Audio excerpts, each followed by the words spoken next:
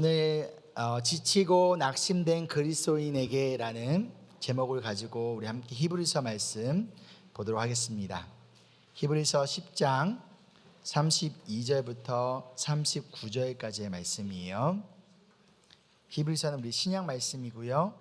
히브리서 10장 32절부터 39절까지의 말씀 우리 한 절씩 돌아가면서 읽도록 하겠습니다. 저희 교회는 한글은 세번역, 영어는 ESV 버전을 보고 있습니다.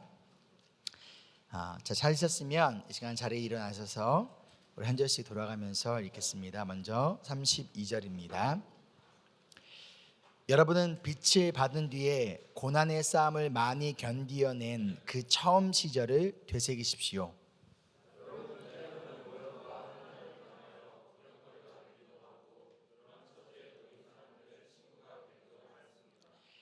여러분은 감옥에 갇힌 사람들과 고통을 함께 나누었고, 또한 자기 소유를 빼앗기는 일이 있어도 그보다 더 좋고 더 영구한 재산이 있다는 것을 알고서 그런 일을 기쁘게 당하였습니다.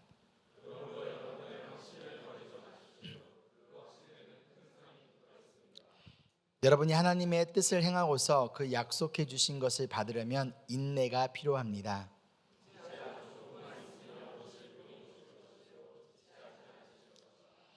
나의 의는 믿음으로 살 것이다. 그가 뒤로 물러서면 내 마음이 그를 기뻐하지 않을 것이다.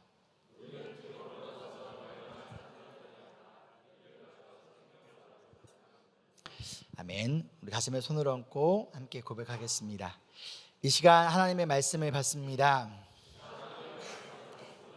이 말씀이 나를 변화시킵니다.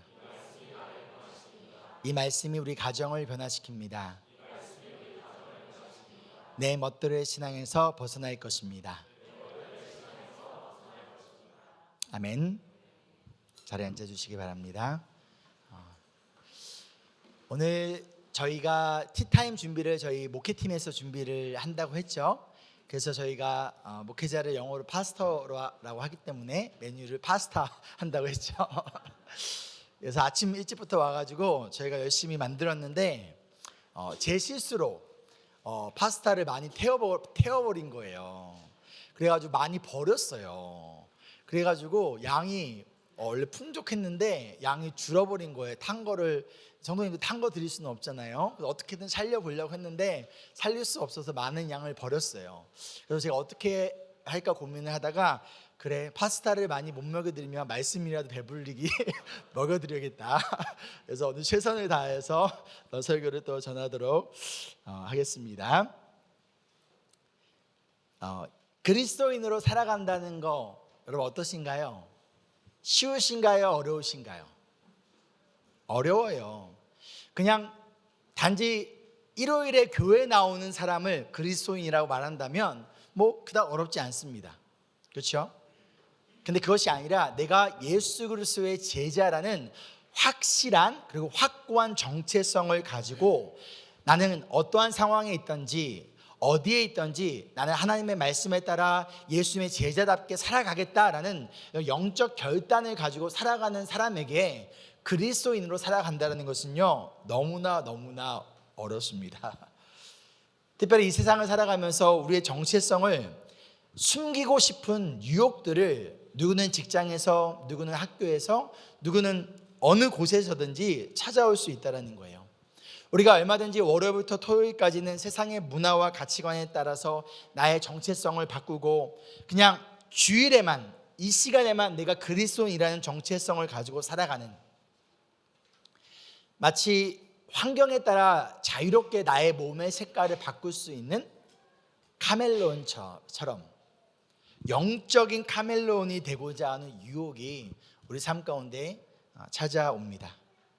그러나 우리는 우리의 정체성이 어떠한 상황이든지 바뀌어서는 안 됩니다. 어디에 있든지 어떠한 상황에 있든지 우리는 변하지 않는 그리스도인, 예수님의 제자, 하나님의 자녀라는 확실한 정체성을 가지고 그 정체성을 지키며 정체성에 따라 살아가야 할 줄 믿습니다. 아멘. 그런데 중요한 것은요, 이렇게 사는 것이 어렵다는 거예요. 때로는 이렇게 사는 것이 우리를 지치게 하기도 합니다. 내가 어떻게든 믿음을 지키며 살다가는요, 이 세상에서 성공할 수가 없어요. 아니, 성공은 뭐 그렇다 치고 때로는 혹은 이 자리에 있는 누군가에게는요, 내가 믿음을 지키며 산다라는 것이 어찌 보면 그냥 먹고 사는 문제조차도 어려움을 줄 수 있다라는 거예요. 또한 내가 믿음을 지키며 열심히 살면 나의 현재의 삶이 좋아질 것 같았는데, 혹은 내가 가지고 있는 문제와 상황이 바뀔 줄 알았는데, 그 가운데서 최선을 다하여 믿음을 지키며 하나님을 사랑하며 맡겨주신 사명과 사역을 위해 몸부림치며 살아갔는데, 그럼에도 불구하고 여전히 해결되지 않은 나의 문제와 여전히 해결되지 않은 나의 힘든 상황 속에서 2025년을 시작하며 나의 몸도 나의 마음도 지쳐갈 수 있습니다. 여러분 어떠하신가요? 2025년을 시작하는 지금 이 순간, 여러분 혹시 지치셨습니까? 혹시 낙심 가운데 계신가요? 근데 이것은요, 단지 지금 이 시대를 살아가고 있는 우리에게만 찾아온 문제가 아니에요. 성경을 보면요, 우리보다 사실 비교할 수 없을 정도로 힘들고 어려운 상황 가운데서도, 심지어 목숨을 잃어버릴 수 있는 위협과 박해 가운데서도 내가 그리스도인이라는 예수님의 제자라는 정체성을 지키며 이 정체성에 맞게 믿음에 따라 살아가기 위하여 발버둥 쳤던 수많은 믿음의 사람들이 있었다라는 거예요.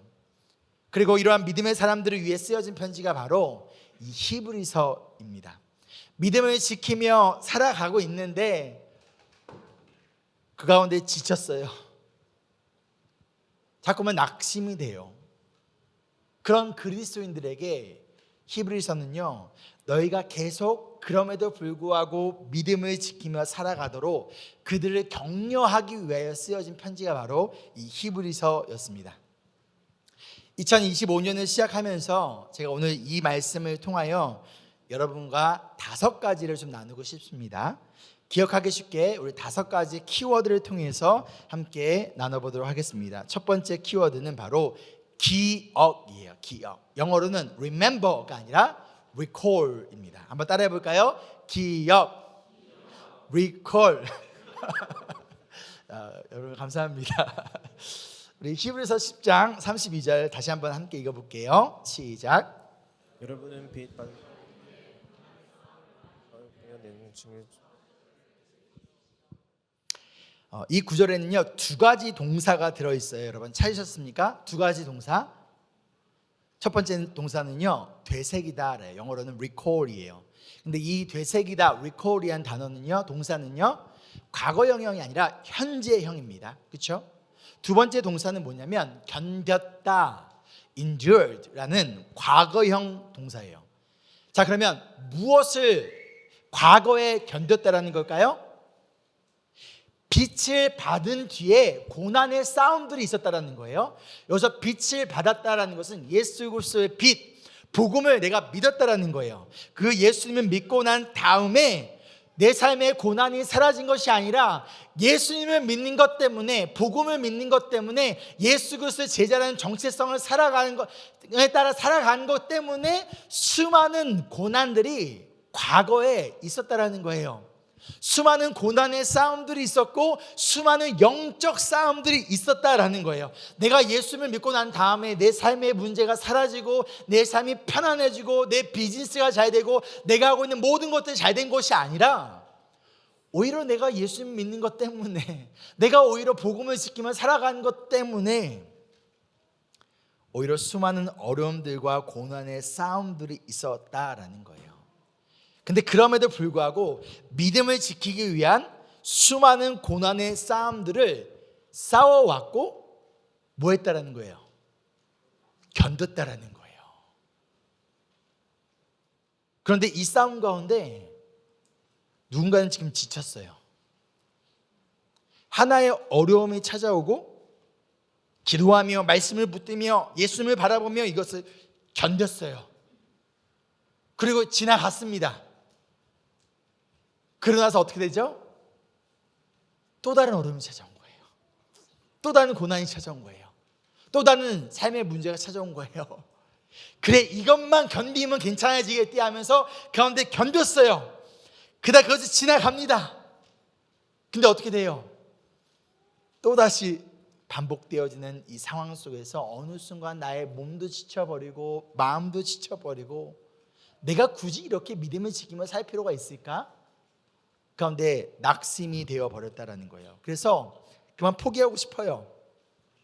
이제는 적당히 타협하며 살아가고 싶어요. 그냥 나도 남들처럼 그냥 영적인 카멜론이 되어서 그냥 상황에 따라 나의 몸의 색깔을, 나의 신앙의 색깔을 마음껏 바꿔가면서 나도 그냥 편안하게 살고 싶어요. 이러한 유혹 가운데 있는 그리스도인들에게 지금 히브리서의 저자는요, 너희가 과거에 싸웠던 그 고난의 싸움들을 뭐하래요? 되새기래요. 기억하래요. recall 뭐하래요? 다시금 불러내라는 거예요. 과거에 있었던 그 고난의 싸움 가운데 하나님이 주신 은혜와 예수님이 주신 그 함께 하심을 통하여 성령님의 도우심을 통하여 그때 너 그때 진짜 힘들었잖아. 그때 그거 엄청 어려움의 시간이 있었잖아. 근데 그때 그거 믿음을 가지고 기도하며 견뎌냈었잖아. 근데 왜 너 그걸 기억을 까먹고 있니? 그래서 뭐 하라는 거예요? 다시 기억해내라는 거예요. 우리 매일 묵상 말씀을 여호수아 하고 있죠? 오늘 말씀 어떤 내용이었어요? 우리 아침반 하신 분들 기억나시죠? 12개의 돌을 기념비로 세우잖아요. 그것을 왜 세워요? 뭐 하라고? 기억하게 하라고. 기념비로 기억하게 하라고. 뭘 기억하라? 하나님께서 우리를 홍해를 건너게 하셨고 하나님은 우리를 요단강을 건너게 하신 것을 그 돌을 바라보면서 뭐하게 하라는 거예요? 기억하게 하라는 거예요. 때로는 찾아오는 수많은 가나안 땅에서 찾아오는 문화와 세상의 가치관과 우리의 정체성을 흔드는 수많은 생활 가운데서 우리는 너무나 쉽게 기억 상실증 환자가 되어버린다는 거예요. 가운데서 그 12돌을 바라보면서 그래, 하나님이 우리를 요단강을 건너게 하셨지. 그래, 하나님이 우리를 홍해를 건너게 하셨지. 그래, 하나님이 우리를 애굽에서 구원하게 하셨지 라며 기억하며 다음 세대에게 하나님의 일하심을 전하게 했던 것처럼 지금 현재 우리를 지치게 하고 우리를 낙심케 하고 있는, 또한 우리를 어떻게든 하나님의 말씀대로 살아가게 하기보다는 영적인 카멜론이 되어서 이 세상의 편안함을 쫓으며 똑같이 살아가게 하는 수많은 유혹들 가운데서 뭐하라? recall 하라는 거예요. 되새기라는 거예요. 기억하라는 거예요. 그때 그 과거의 영적 싸움과 고난의 싸움의 순간 가운데서 나를 지키시고 보호하셨고 마침내 그것을 승리하게 하셨고 마침내 우리를 이끄셨던 하나님을 뭐하라? 기억하라. 그래야 지금 현재의 이 고난의 싸움도 뭐 할 수 있다는 거예요? 견디어낼 수 있다라는 거예요.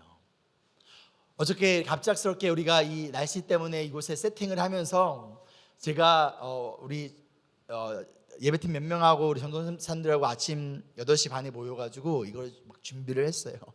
준비를 하면서 그냥 땀 뻘뻘 흘리면서 저쪽 예배 드리면 되지 뭐 괜히 귀찮게 이렇게 해 이런 마음이 들었을까요? 하면서 막 힘들어 막 하면서 나 요새 허리도 안 좋은데 살쪄가지고 뭐 허리도 아픈데 하면서 막 의자 막 깔면서 짜증을 냈을까요? 아니요. 뭘 기억했냐면요, 여러분 우리 키스브로 시절 아닙니까? 키스브로 학교에서 살 때 그 예배 드릴 때 우리 이거 모든 거 정말 큰 장롱 2개 만들어가지고 우리 김정철 집사님 만든 거 있잖아요. 그거 만들어가지고 매주 트레일러 해가지고 날르고 매주 깔고 매주 치우고 했잖아요. 그렇죠? 그때를 기억하니까 이거 한 번 하는 거 어려워요, 쉬워요? 어려워요 여전히. 하지만 몸은 어렵지만 마음은 기뻐요. 맞아, 우리 그때 키스브로에서 그렇게 고생했는데 그때 우리 성도님들 흘렸던 땀방울과 눈물이 있는데 막 기억을 하니까 이거 한 번 이거 하는 거 이거 몸은 힘들지만 마음은 기쁘며 너무 즐겁게 우리 모두가 이것을 함께 준비할 수 있었던 것처럼 과거에 여러분 삶 속에서 하나님께서 행하셨던 일들, 여러 가지 아픔과 어려움과 여러분의 그 기도 제목 가운데서 간절히 주님을 붙들고 나아갔을 때 그것을 견디게 하셨고 그것을 응답하셨고 때로는 우리가 구하지 않는 것들도 허락하셨으며 그 모든 것들을 협력하여 선을 이루셨던 하나님의 은혜의 손길을 리콜하라, 뭐하라? 다시금 되시기라는 거예요. 다시금 불러내라라는 거예요. 그리할 때 여러분들 2025년을 살아가면서 어떠한 고난이 찾아오든 어떠한 아픔이 찾아오든 혹은 지금 이 순간 무엇 때문에 여러분들의 마음이 지치고 낙심이 되었든 뭐 할 수 있다? 견디고낼 수 있다라는 거예요. 승리할 수 있다라는 것이죠. 이처럼 과거의 승리를 기억할 때, 과거에 하나님께서 행하신 일들을 기억할 때 우리는 현재의 어떠한 고난의 싸움에서도 견디어낼 수 있다라는 거예요. 지금 현재 나의 지치고 이 낙심된 마음에서 벗어날 수 있다라는 거예요. 2025년을 시작하면서 여러분의 마음이 어떠신가요? 누군가는 막 기대감이 넘칠 수 있어요. 새해가 시작됐네. 소망이 넘칠 수 있어요. 그런데 누군가는요, 여전히 변하지 않는 나의 현실 가운데, 여전히 해결되지 않는 나의 삶의 문제들 가운데 지칠 수도 있고요, 낙심되었을 수도 있다라는 거예요. 근데 여러분들이 알아야 될 게 뭐냐면요, 내가 지쳤다라는 게 내가 지금 믿음이 없다라는 증거는 아니에요. 얼마든지 지칠 수 있습니다. 얼마든지 낙심될 수도 있어요. 오히려 내가 지쳤다라는 것은요, 어찌 보면 내가 하나님의 말씀대로 내가 예수 그리스도의 제자라는 그리스도인이라는 정체성을 가지고 그 정체성에 따라 살아가기 위하여 발버둥 치다 보니 뭐 하는 거예요? 지치는 거예요. 낙심이 되는 거예요. 여러분 생각해봐요. 내가 하나님 말씀이 아니라, 내가 그리스도인의 정체성이 아니라 내가 그냥 세상에서 말하는 성공에 따라, 세상에서 말하는 모습에 따라서 내가 마음껏 똑같이 살았다면 그래도 지칠 일이 있겠죠. 근데 뭐 지치겠어요? 뭐가 낙심이 되겠어요?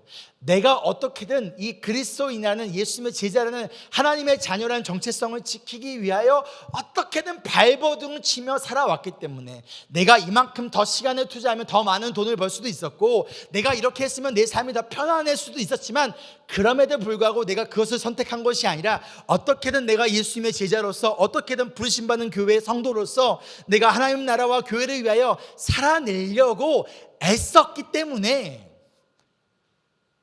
그래서 지치는 거예요. 그렇기 때문에 오히려 낙심이 될 수도 있다는 거예요. 적당히 타협하며 살았다면 지칠 일도 낙심할 일도 없다라는 것이죠. 그렇다면 그 순간 다시 기억해 보는 거예요. 나의 과거의 삶 속에서 하나님이 행하셨던 일들을, 그 수많은 고난의 싸움 가운데서 내가 견디어냈던 그 순간들을 다시금 끄집어내는 거예요. 특별히 내가 예수님을 처음 믿었을 때 그 시간을 한번 기억해 보지 않겠습니까?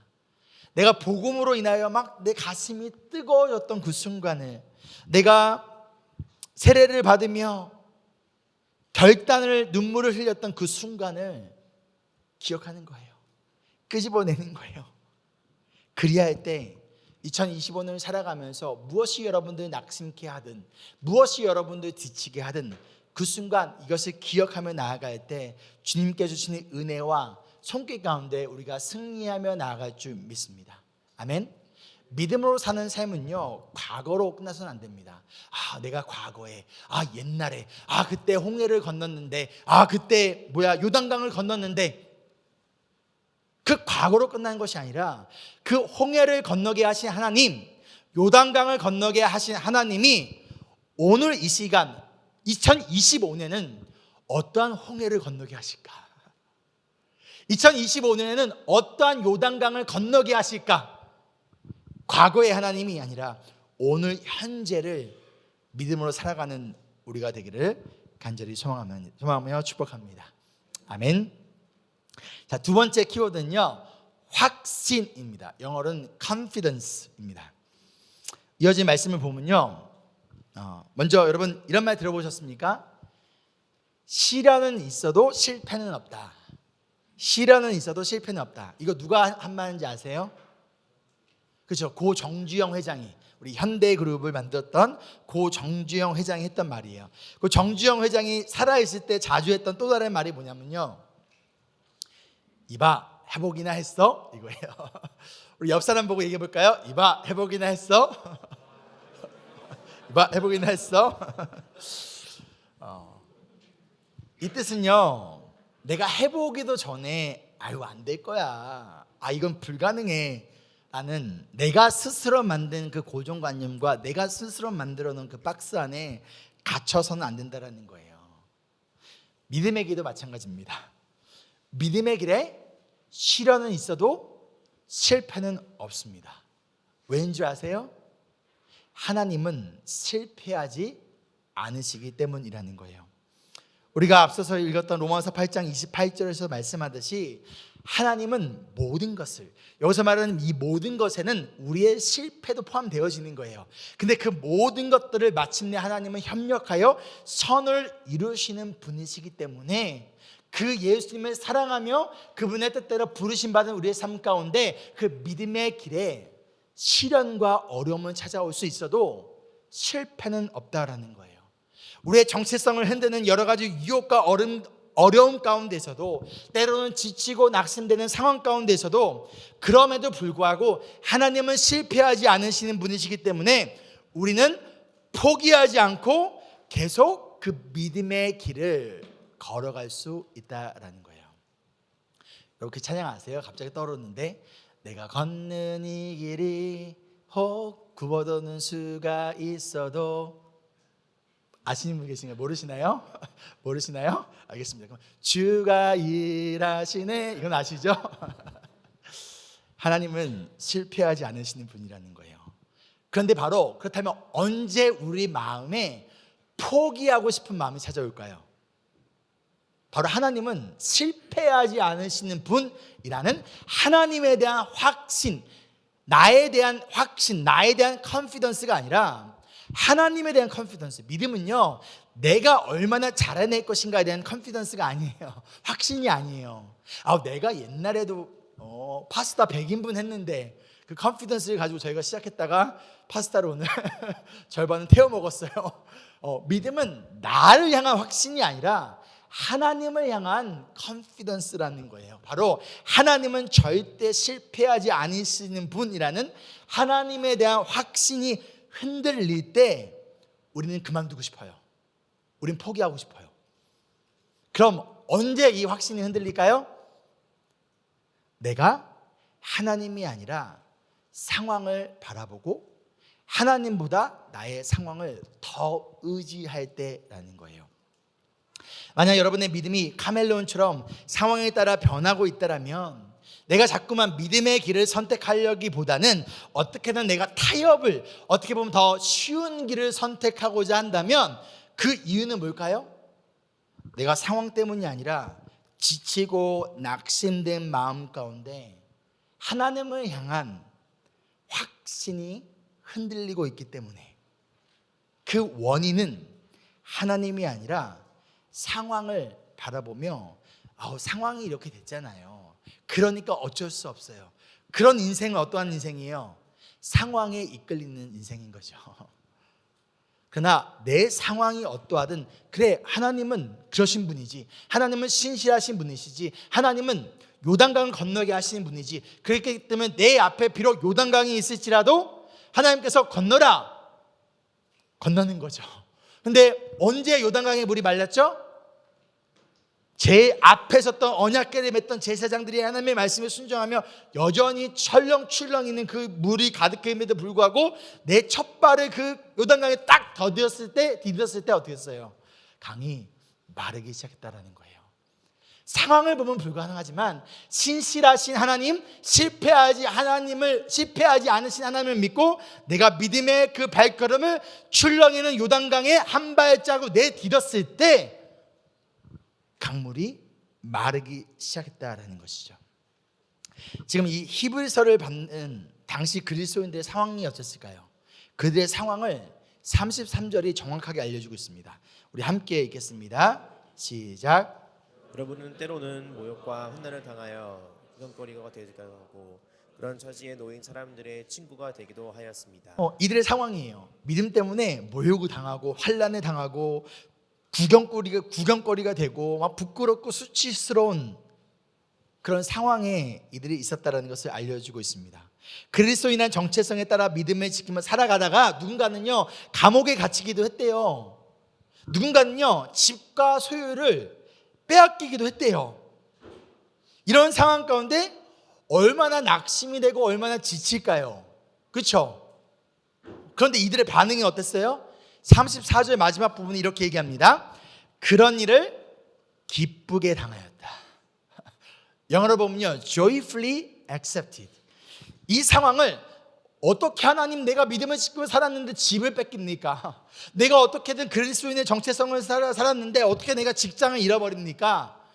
그 상황 가운데 울며 좌절하며 괴로워하며 고통스러워하며 이제 하나님 믿을 필요도 없어, 하나님은 살아계시지 않아, 그게 아니라 이 상황을 또는 이 상황을 그냥 모른 척 피하기 위하여 다른 것에 집중하는 것이 아니라 이 상황을 어떻게 했대요?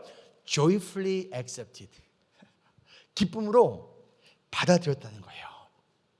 중요한 포인트는요 어쩔 수 없이 괴로워하며 짜증을 내며 어쩔 수 없잖아 이게 아니라 그래 하나님께서 준비하신 길이 있겠지. 하나님은 실패하지 않으신 분이지. 그래 하나님은 모든 것을 협력하여 선을 이루시는 분이지. 그 하나님을 향한 확신, 컨피던스를 가지며 이 상황을 기쁘게 받아들였다는 거예요. 기쁘게 받아들일 수 있는 상황이었기 때문에 기쁘게 받아들인 것이 아니라 울 수밖에 없고 절망할 수밖에 없고 슬퍼할 수밖에 없는 상황임에도 불구하고 그 상황에 나의 감정이 지배당하는 것이 아니라 그 상황에 나의 마음이 지배당하며 나의 삶을 좌절하고 절망하며 슬퍼하는 것이 아니라 나의 마음과 나의 감정을 상황에 지배받지 않고 하나님의 은혜와 사랑의 지배를 받으며 내가 이 순간에 나의 영적 결단은, 믿음의 결단은 상황에 끌려당하지 않겠다는 거예요. 이 상황을 뭐 하겠다? 내가 joyfully accepted. 기쁘게 받아들이겠다라는 거예요. 아니 무슨 사페입니까? 사이코패스입니까? 어떻게 이렇게 고통스러운 일을 기쁘게 받아들일 수 있습니까? 그 이유가 무엇인지 35절 함께 읽겠습니다. 시작. 그러므로 여러분의 확신을 버리지 마십시오. 그 확신에는 큰 상이 붙어 있습니다. 자, 확신이 있었기 때문이라는 거예요. 어떠한 확신이에요? 누구에 대한 확신이에요? 예수 그리스도에 대한 확신이에요.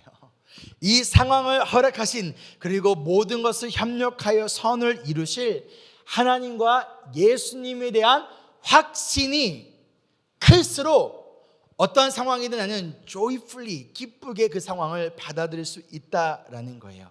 결국 믿음은 뭐다? 확신이라는 거예요. 그리고 이 확신이 있을 때 나타나는 증상이 열매가 뭐냐? 어떠한 상황이든지 내가 기쁘게 받아들인다는 거예요. 2025년을 시작하면서 여러분 어떤 확신이 있습니까? 여러분의 능력에 대한 어떤 확신입니까? 아니면 경제가 요새 좋으니까, 뭐 주가가 좋으니까 그거에 대한 확신입니까?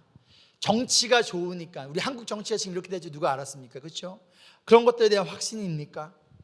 단지 상황이 좋아질 것이라는 상황에 대한 확신인가요? 아니면 모든 것을, 모든 상황을 통하여 일하신 그리고 협력하여 선을 이루시는 하나님 그리고 예수 그리스도에 대한 확신입니까?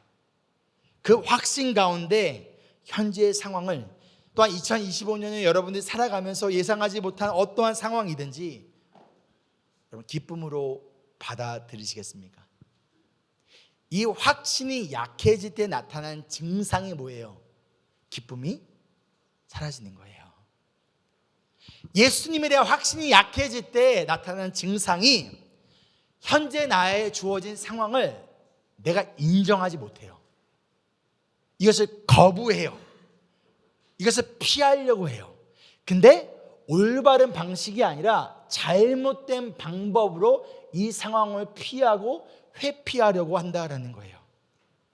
그렇다면 우리에게 필요한 것이 무엇입니까? 우리에게 필요한 것은요, 결국 상황의 변화가 아니라 예수 그리스도에 대한 확신이라는 거예요. 히브리서 12장 2절 말씀 우리 함께 읽어볼까요? 시작. 믿음의 창시자여 완성자이신 예수를 바라봅시다. 그는 자기 앞에 놓여있는 기쁨을 내다보고서 부끄러움을 마음에 두지 않으시고 십자가를 참으셨습니다. 그리하여 그는 하나님의 보좌 오른쪽에 앉으셨습니다. 여러분 지치셨습니까?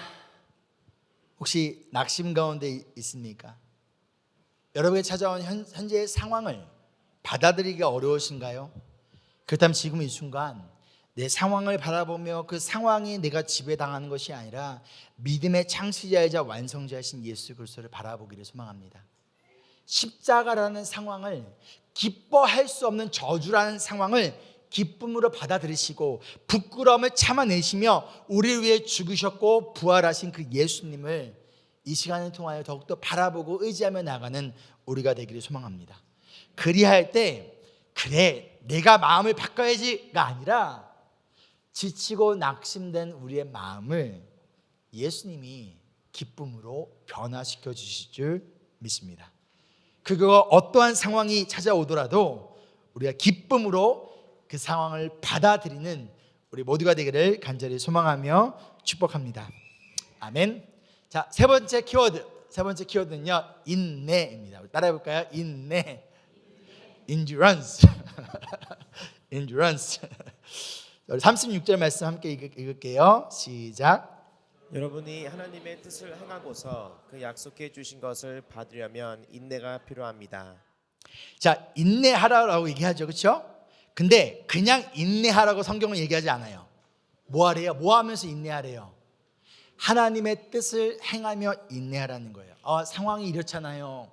어쩔 수 없었어요. 또는 지치고 낙심된 나의 마음을 핑계로, 요새 내 마음이 그래요. 여러분 신앙생활은요 내 마음에 따라 가는 것이 아닙니다. 그렇죠? 마음에 따라 했었으면 제가 오늘 이 자리에 와서 설교 안 할 수도 있습니다. 그렇죠? 그런 예화 아시나요? 어떤 아들이 엄마한테 그랬대요. 아침에 일어나서 엄마 나 오늘 교회 가기 싫어요. 오늘만 쉬면 안 될까요? 그 어머니가 그랬대요. 아니야 아들 그래도 교회 가야지. 오늘 하루만 쉬면 안 돼요? 안 돼. 왜요? 너가 그 교회 담임 목사잖아.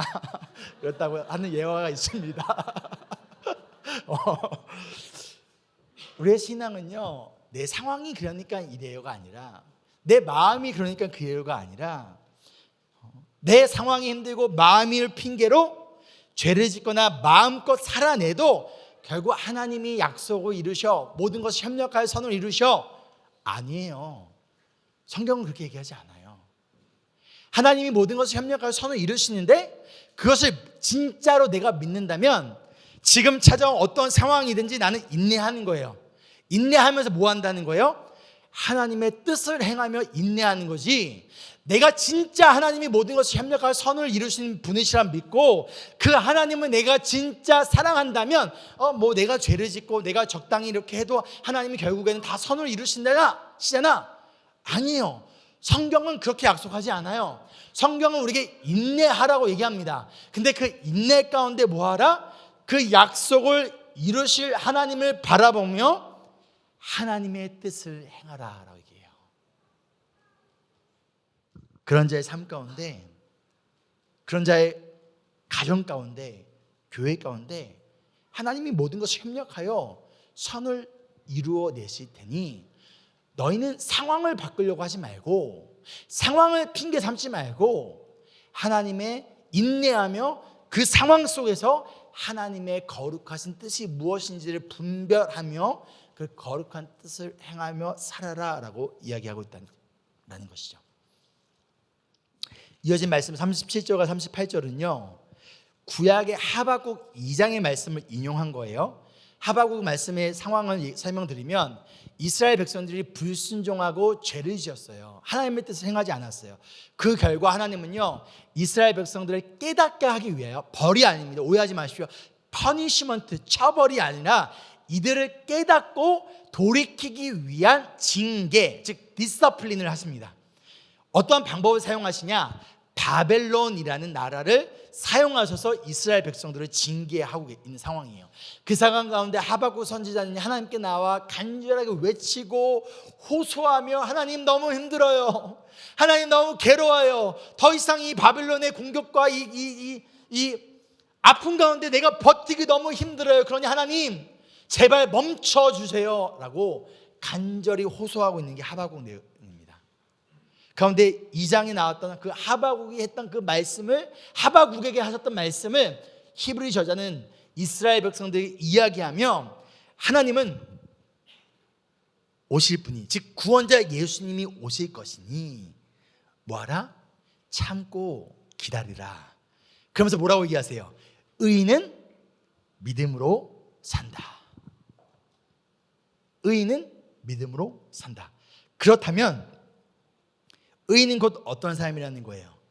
믿음으로 사는 사람인 거고, 그럼 믿음으로 산다는 것은 그건 뭐예요?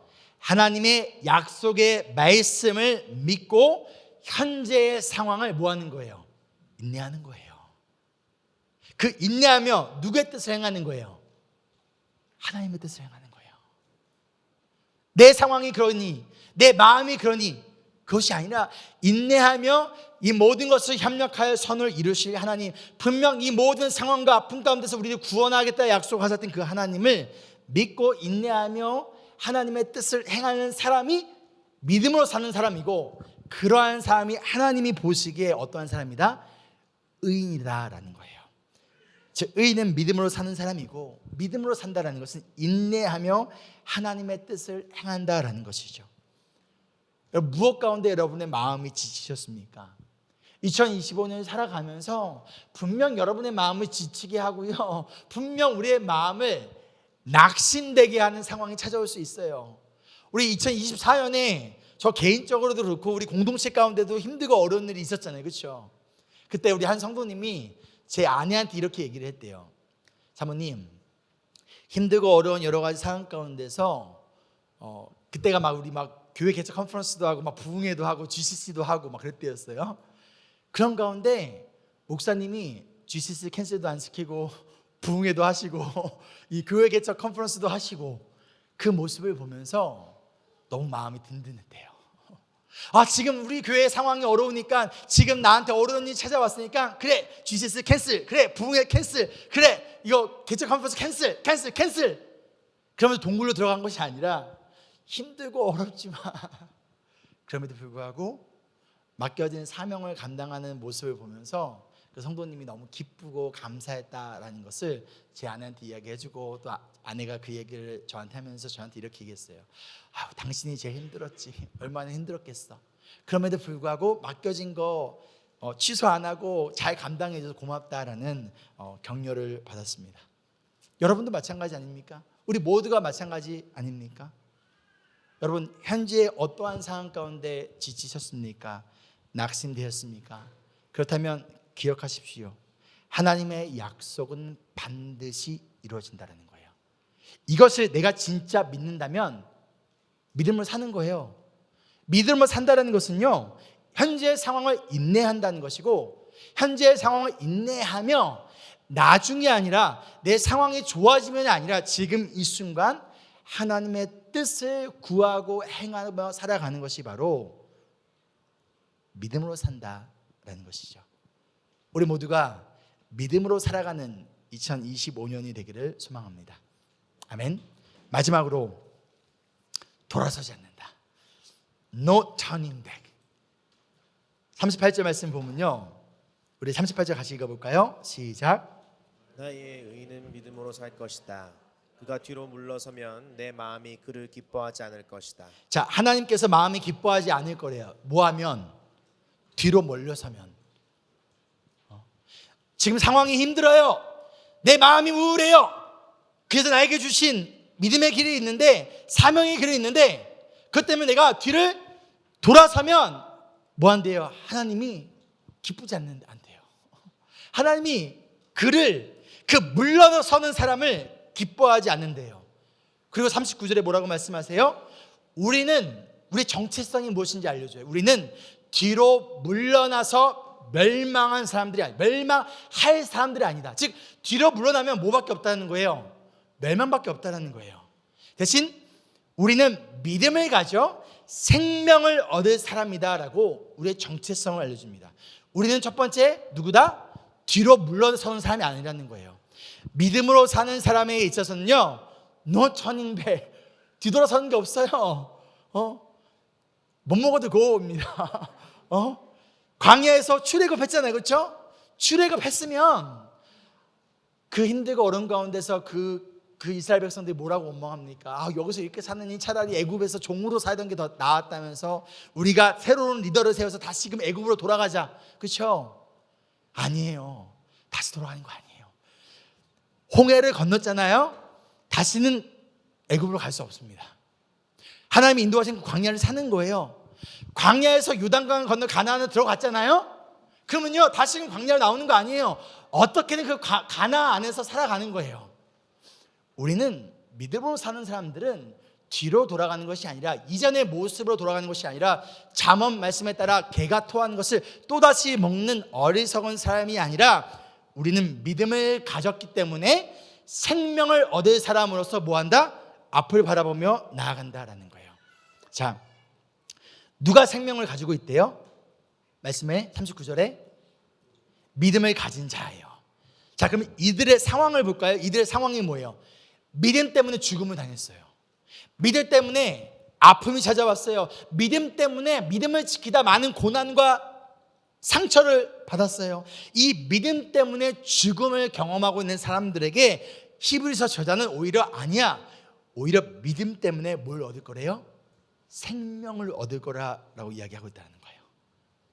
그러면 어떠한 사람이 지치고 낙심된 가운데에서도 포기하지 않을까요? 다른 말로 어떠한 사람이 뒤로 물러나지 않고 계속 믿음의 길을 걸어갈까요? 지금 이 길이 지금 이 순간에는 죽음의 길처럼 보이지만 아니야. 이 길은 생명의 길이야. 우리 장원 선생님이 한 달 동안 우리 발랄에 가가지고 플레이스먼트를 하잖아요. 이제 내년에 졸업이에요. 그럼 이제 졸업하면 이제 앞으로 어떠한 사역을 할지 하나님의 인도하심을 위해 또한 기도하고 있어요. 그래서 제가 한 달 동안 열심히 한 사모님이랑 거기서 시골이잖아요. 시골에 있으면서 열심히 기도하고 오라고 그랬어요. 기도하고 오라고 하면서 제가 뭐라고 조언을 했냐면, 조언을 구하길래 우리 둘이 있을 때는 제가 반말을 해요. 근데 오늘 설교니까 전도사님, 존경하는 전도사님, 넓은 길이 아니라 좁은 길을 선택하라고. 둘이 기도하며 하나님의 인도하심을 구할 때 하나님 어떤 게 더 넓은 길이에요? 어떤 게 내 사역이 더 잘 될 거예요? 어떤 게 우리가 더 편안하게 사역할 수 있어요? 그거 구하지 말고 어떤 게 제일 힘든 길일까요, 하나님? 어떤 게 남들이 하기 싫은 길일까요? 어떤 게 가장 좁은 길일까요? 그거를 구하고 그 길로 가라고 했어요. 그 선택이 우리 교회와 안 맞을지라도 괜찮으니까 제가 그 길 가라고 했어요. 그럼 제가 뭐라고 얘기했냐면, 우리도 항상 좁은 길을 선택했는데 근데 하나님의 신비는 이게 가장 힘들고 좁은 길이라고 선택해서 왔는데 막상 가보니까 무슨 길이었어요? 넓은 길이었어요. 그 문을 열기 전에는 좁은 길이에요. 근데 그 문을 어떻게든 열고 가니까 어떤 길이에요? 뭐야, 넓은 길이었네. 마찬가지로 지금 이 순간에 이 길이 죽음의 길처럼 보일 수 있지만 그 죽음의 길이 아니라 이거는 생명의 길이야. 이게 끝에는 생명이 기다리고 있어라는 확신을 가지고 믿음을 가지고 그 길을 선택하며 나아갈 때 죽음의 길을 알고 들어섰지만 그 길이 어떠한 길이었다? 생명의 길이다라는 것을 지금 말씀하고 있다라는 거예요. 비록 지금은 보이지 않아도 이 길 끝에는 하나님이 예비하신 상이 있다는 것을 확신하는 사람이라는 거예요. 우리 35절 다시 한번 볼까요? 그러므로 여러분의 확신을 버리지 마십시오. 왜 버리지 말래요, 확신을? 큰 상이 있대요. 그냥 상이 아니에요. 영어로 보면 뭐예요? A great이에요. great reward이에요. 분명히 이것이 무엇인지는 모르겠지만 하나님은 분명히 약속하셨다라는 거예요. 이게 끝에는, 믿음으로 사는 사람의 끝에는 죽음이 아니라 생명이 기다리고 있고, 이게 끝하는 내가 뭐한다? 큰 상을 기다리고 있으니 뭐하라? 뒤돌아보지 말고 컴온 달려와라 라는 거예요. 달려와라는 거예요. 제가 우리 산이나 애들한테 이렇게 산아 아니야 목사님 하면 달려올 때가 있고 달려오지 않을 때가 있어요. 언제 달려올까요? 제가 젤리나 사탕을 가지고 산이야 목사님 하면 웃으면서 달려와요. 뭘 보고 달려오는 거예요? 상을 보고 달려오는 거죠. 우리가 예수님을 바라보며 나아갈 때 이게 죽음의 길 같고 때론 힘들고 어렵고 지치고 낙심된 상황 가운데 있음에도 불구하고, 그래 하나님은 나에게 좋은 것을 주기를 원하시는 분이지, 이게 끝에 내가 그것이 무엇인지 모르겠지만 하나님은 분명 큰 상을 기다리고 계실 거야. 그것을 바라보며 뭐하라? 뒤로 돌아보지 말라라는 거예요.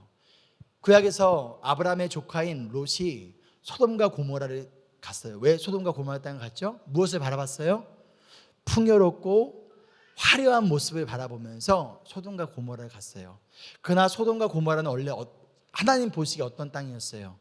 죄악된 땅, 저주받은 땅이었어요.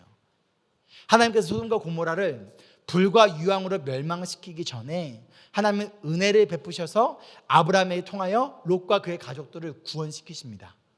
그런데 롯의 아내가 어떻게 해요? 뒤돌아봐요. 내가 놔두고 왔던 그 집, 어떤 보물이 있었는지 모르겠지만 그 소돔과 고모라가 너무 아까운 거예요. 그래서 뒤돌아본 결과 소금 기둥이 되어 그 자리에 죽어 버렸다라는 거예요. 여러분, 지금 무엇을 돌아보고자 하는 유혹 가운데 있습니까? 2025년을 살아가며 특별히 지치고 낙심된 일이 찾아올 때 잠깐만 우리 뒤에서 땡겨요. 그게 가지마, 가면 안 돼, 땡긴다는 거예요. 누가 땡길까요? 하나님이 땡기실까요? 아니에요. 사탄이 어떻게든 땡겨요. 어떻게든 생명의 길이 아니라 죽음의 길이 가도록, 어떻게든 우리가 하나님의 약속하신 큰 상을 바라보며 하나님을 향한 확신을 가지고 나가는 것이 아니라 어떻게든 우리가 뒤를 돌아보게 하려고 당기는 것을 어떻게 해야 돼요? 뿌리쳐야 돼요. 제가 많이 가르쳐드렸죠. 사탄이 우리를 속일 때 뭐하라? 어떻게 하라? 안 속아! 안 속아! 하나님은 그런 분이 아니야. 하나님이 나에게 약속하신 것은 그것이 아니야. 안 속아! 하며 하나님께서 약속하신 그 믿음의 길 끝에 우리를 기다리고 계시고 결국에 우리에게 생명의 길로 인도하실 그 하나님을 바라보며 지치고 낙심된 마음 가운데 여러분 다시 일어서는 2025년이 되기를 소망하며 축복합니다. 아멘. 말씀을 마치며 다시 한번 여쭤볼게요. 2025년을 시작하며 여러분의 마음은 어떠하신가요? 혹시 소망과 기대가 없습니까? 내 마음에 기쁨이 없습니까? 그 이유가 지쳐서예요? 낙심되었기 때문인가요? 근데 그런 우리를 바라보며 예수님은 뭐라고 하실까요? 야, 내가 너 이렇게 살라고 구원한 줄 알아? 고작 그딴 일로, 고작 그걸로 지쳐? 고작 그걸로 낙심해? 너 그거밖에 안 됐니? 너 아웃! 송승은 아웃! 그렇게 말씀하실까요? 예수님 이렇게 말씀하세요. 함께 읽을까요? 수고하며 무거운 짐을 진 사람은 모두 내게로 오너라. 내가 너희를 쉬게 하겠다. 나는 마음이 온유하고 겸손하니 내 멍에를 메고 나에게 배워라. 그리하면 너희는 마음의 쉼을 얻을 것이다. 예수님은 지치고 낙심된 여러분을 책망하시고 혼내시고 모른 척 하신 분이 아니라 아이고 지쳤구나, 낙심했구나, 그래 네가 어떻게든 그 상황 가운데 말씀대로 살려고 몸부림쳤던 거 내가 알아. 그러니 나한테 와. 내가 너에게 쉼을 줄게. 사람한테 가가지고 심 얻으려고 하지 말고 나한테 와. 모든 짐을 나에게 맡겨. 그리고 뒤돌아보지 마. 나와 함께 나의 멍에를 함께 메고 담대하게 힘차게 믿음의 길 걸어가지 않을래? 내가 너의 인생을 이끌어갈 테니 나한테 모든 것을 맡기지 아니할래. 이러한 예수님께 여러분의 모든 짐들을, 모든 버든을, 모든 지치고 낙심된 마음을 온전히 예수님께 맡기고 예수님과 함께 믿음의 길을 기쁨으로 담대하게 걸어가는 우리 모두가 되기를 간절히 소망하며 축복합니다. 나는 내 마음의 복음이 응했던 곳에서 다시 아버지를 만나고 주님 내 마음의 연약한 눈물의 끝에서 또 나를 반겨주시네. 작다 생각